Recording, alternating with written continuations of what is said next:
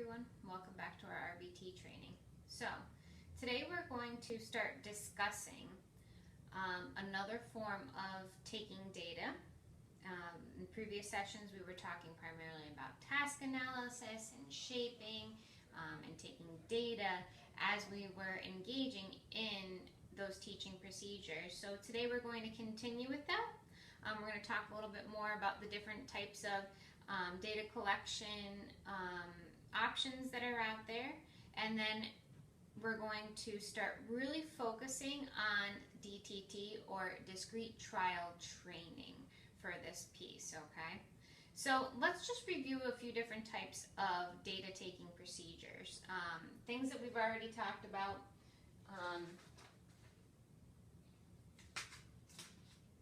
We talked about our task analysis, right? So in taking a very complex task, we can break it down into smaller steps, teach them one after the other until that learner is proficient at each of those individual steps, and then we can put them together in a complete chain, okay, to teach a very long and lengthy complex behavior. Or we can take shaping and take a behavior that's already in their repertoire and continually shape it by reinforcing successive approximations of that behavior until we reach our final end goal, right? So those were some behavioral teaching procedures that we've already gone over. Another one that we discussed just briefly was taking ABC data, right? So analyzing the antecedent, the behavior, and then the consequence in order to better understand behavior in terms of why it's occurring and what things likely elicit or evoke a behavior, okay? And we'll get into ABC data collection in further detail later in our training when we discuss the process of conducting an FBA further. All right, so another type of data that we're going to be using often when we use DTT is what we call trial by trial data. There's a few different examples of trial by trial data. And so I'm going to show you some different options here. These will also be located within your folders on your online training, so be sure to look at those sections so that you can have these more up close and in front of you. But this is what we call a random rotation data sheet. And this specific data sheet, although this is frequency because we're analyzing how often an individual is able to accurately respond to our direction or a prompt, we're purposefully rotating through different stimuli. And so that's why this data collection sheet looks a little bit more complex than perhaps something that you've seen and encountered if you've worked in school or you're doing DTT, which is something more like this, where you have the program here with the prompt, and then you've got all 10 trials in a row, right? This is more of like what you would call your mass trial data sheet.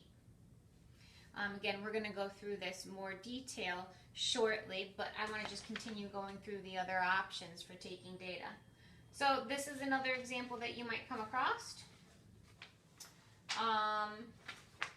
Also, this is another form of frequency data sheet. Here we're analyzing how often or how frequently our learner is able to mand. Okay, so remember, manding is making a request. This is a mand training program, so we're teaching language here, and we're teaching this child the ability to use language in order to gain access to items. So contingent on our trial, we're saying, okay, you know, did he ask for it independently? Did he need a prompt, or did he not do it at all? And so because each time we're marking a yes or a no, then this technically is frequency.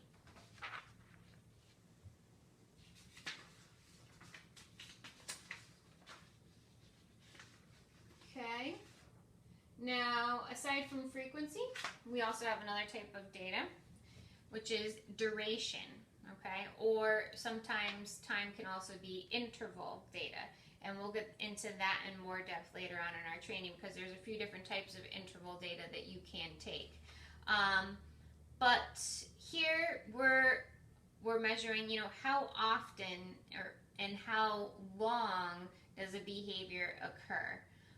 And so this is what we call a 5-minute scatter plot data sheet. So every 5 minutes, our therapist or BT is going through and they're checking off whether or not a behavior did or did not occur during that time interval.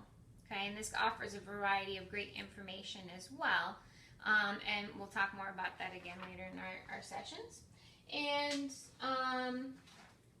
another type of data is probe data.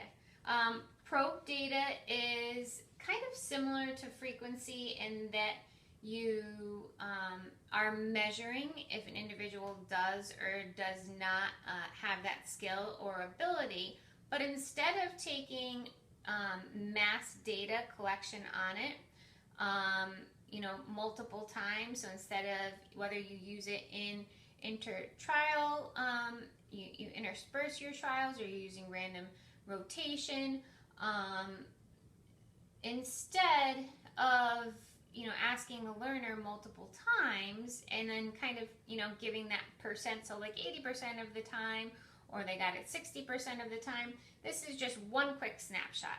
So that first time that you approach that individual and you assess that skill, how did they perform? Okay, this can be very useful when you are crunched for time, okay, and you don't have the ability to sit there and do 10 trials worth of one skill.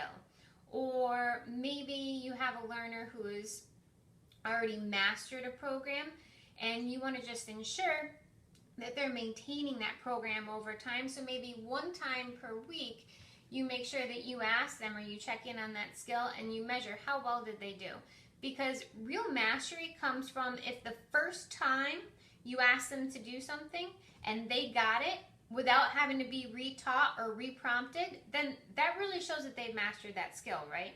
So that's why probe data can be beneficial.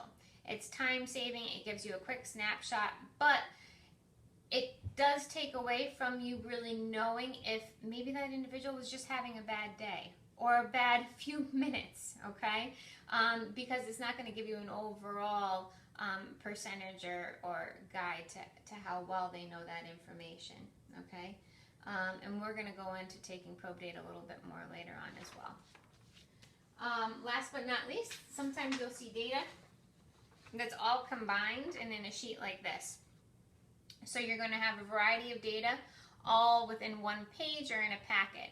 This can be useful if your BCBA or the teacher who's managing your case expects you to run a different programs that require you to take different kinds of data, okay? So maybe you have to take some frequency data. And for example, like gaining access to attention. How many times do they actually tap to gain your attention? How many times do they say the person's name? How many times do they make contact, right? So that's frequency data. Then you could also measure, according to time. So in each half-hour interval, how many times are they requesting something? Or how much time are they able to stay on task? Are they staying on task for that entire 15-minute interval time or no, okay? So you might have to take duration and interval data all in one session, as well as possibly taking some ABC data, okay? So ABC data could be on the next page as well.